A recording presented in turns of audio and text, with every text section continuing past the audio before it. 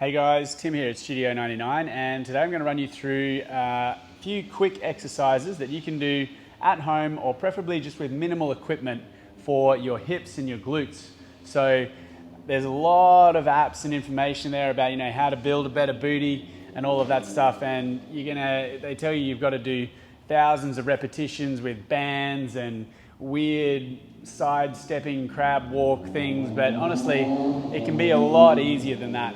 And you really don't need to be that specific. You just need to have some of the big movements done right. So we're applying a lot of load with the right levers to points of fatigue so that we're using all the big muscles around the hips.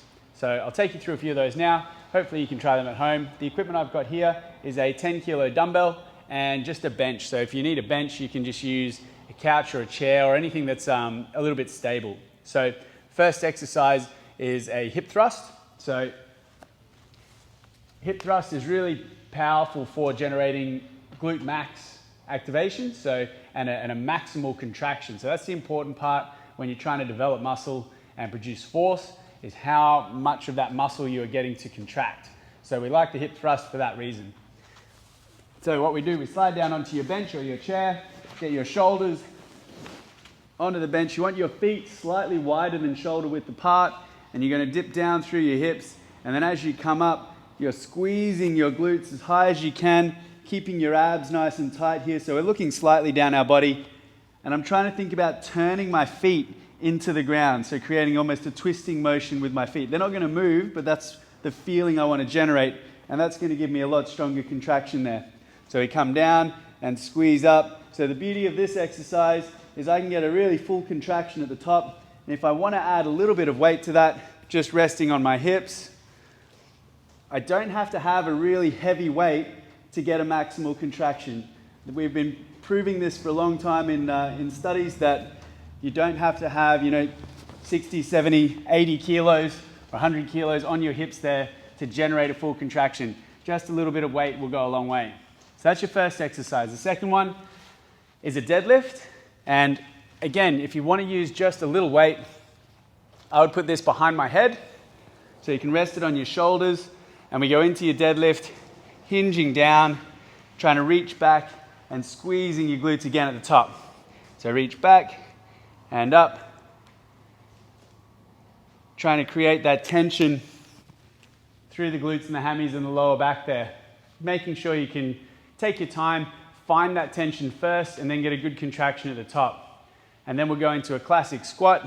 So again, using your dumbbell as a weight in front of you, we take a front squat and we drop down nice and low, sitting into your full range before coming back up and squeezing at the top. Now, if you find that those two are a little bit easy, or you don't have enough weight to add to that, what I would do is take it into a single leg motion and really increase the loading there. So that way your body weight is doubled, or essentially you're halving the stance that you've got to support it. So it's going to increase the loading on that leg a lot more. So for your single leg your single leg deadlift, what we'll do is take that weight in your opposite hand to the leg that you're standing on, and we're just going to hinge over and forward like that. So I'm keeping my body weight centered, loading up on this front leg. I could take my back leg away if I wanted to, and then coming up. So from side on, it's toe down at the back to balance. So you don't want to have to worry about controlling your balance all the time here. So keep that toe on the ground. Focus on the glute work, hinging out, sticking your bottom out. You should feel that tension come on, and then squeezing back up, using that leg at the top there. So again, I've got most of my body weight over this front foot. So that's your single leg deadlift. And then we take it into a single leg squat. So you can use your bench again as a guide. Try and sit down and then stand up on one leg. If you can do that pretty comfortably, you might want to progress into something like a pistol squat, where you're dropping down. Again, you could use your bench to try and help you get some depth there. So the more range of motion you can produce, the more you're going to get that work happening through the glutes and the hips. You will feel those through your quads as well. That's not a bad thing. It just means you're using them, you're getting knee extension, you're going to feel your quads. You're still going to be working your glutes as well. The fourth exercise we've got is called a sprinter. So a sprinter is a build on that single leg deadlift. And what we do, we take that toe down position and we're going to hinge and then drop that back knee down to the ground. So you see my chest position here is right over my front thigh. I've got about 80% of my body weight on this front foot, and we pop back up and then down. So again, push your hips forward, line up everything over this side. If I wanted to show you the other side here, so toe back, hinging over, pop the ass out, drop down, push up. So hinge back, drive up off that front foot, load up that front leg. So that's your sprinter squat. Then we can go into a skater hop. So a skater hop applies a lot of loading because it's a big decelerating force, so an eccentric contraction of the muscles in the hips. So our glutes don't just do hip extension, they also do what we call abduction. So that's flexing the hip or extending the hip sideways as well. So when we hop to the side and drop down, that glute is really contracting to control that deceleration force, so getting right down into the ground. So what you need to do, make sure you keep your eyes up, getting low, flexing forward through your chest so that you're getting that hip flexion and extension. That way you're going to guarantee using that glute max and glute med to their full potential. The last exercise we've got is a side bridge with abduction. So this exercise is actually the body weight exercise that will give you the highest amount of glute max contraction.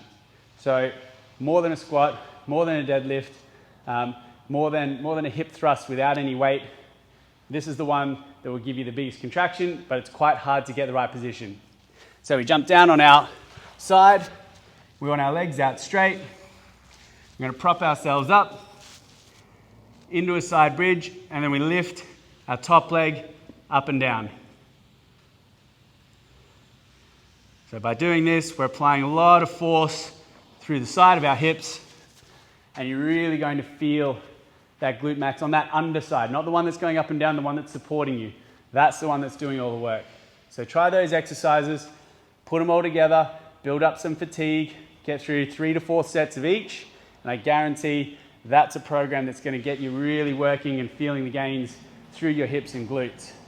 You only need to do it 3 times a week. On the other days, I'd recommend getting out, playing some sport, or going for a run, especially trying some sprints. You don't see sprinters in the gym with bands around their knees doing crab walks or things like that. You see them lifting big and running fast, and they've got the butts to show for it. Have a go, guys. Stay